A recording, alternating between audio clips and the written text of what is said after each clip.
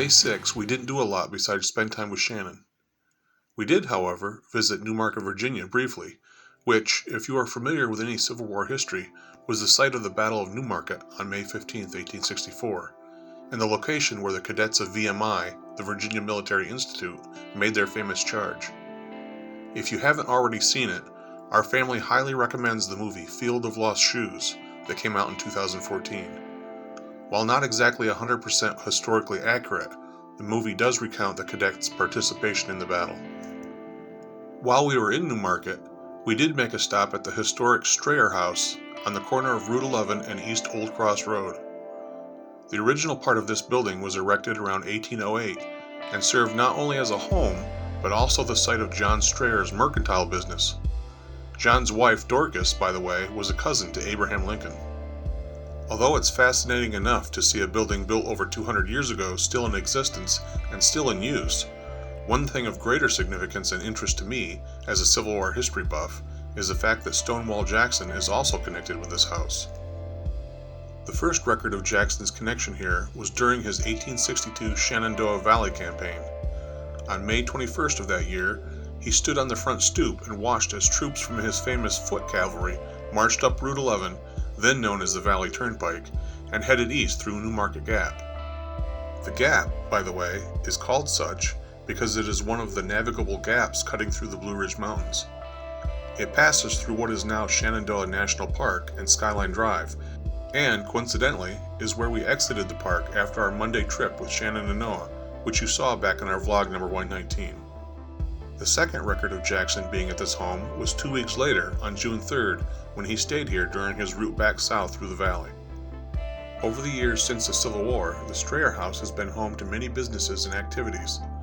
Currently, it is the office location for the Shenandoah Valley Battlefields Foundation, and also serves as a visitor center.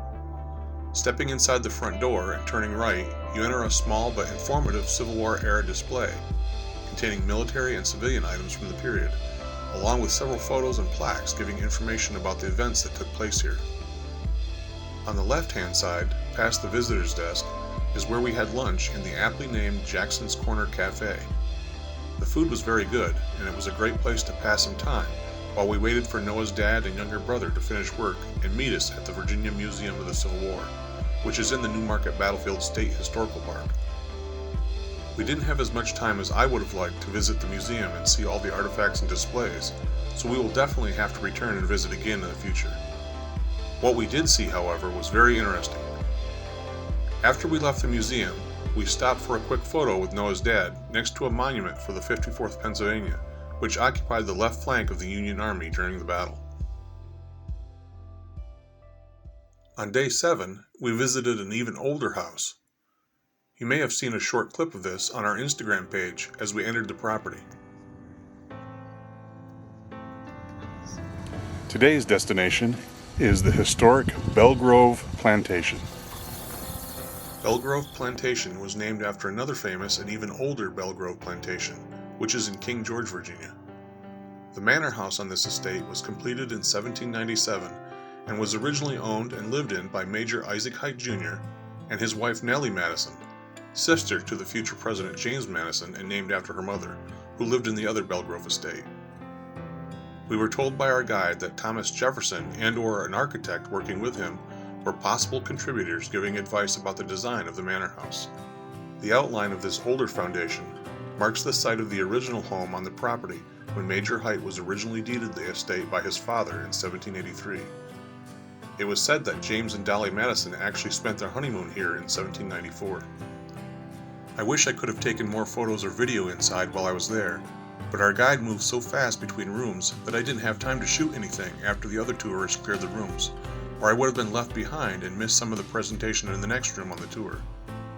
In fact, I almost got locked out of the tour when we first entered the house because I was filming the outside when the group entered and our guide locked the door behind himself as he entered last. I had to speak up quickly to let him know I was still outside. The house contains many period furnishings, a number of them being original to the property, and we were even told that some of the carpeting was original. That just amazes me that it has lasted so long with all the years of traffic, while modern carpet at our house is already worn and in need of replacement. Things were much better made in the past, clearly. Belgrove has changed hands and owners numerous times through its history, and during the Civil War it was even occupied temporarily by Union General Philip Sheridan as his headquarters in the fall of 1864. Across these very fields, the Battle of Cedar Creek was fought on October 19th of that same year.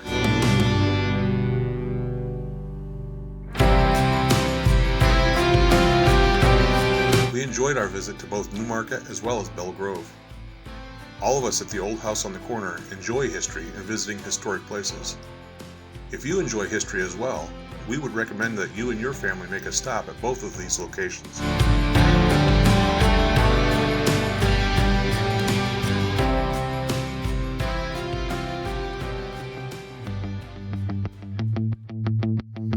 Look for the links that are coming up down here on the screen. Links will also be in the description below.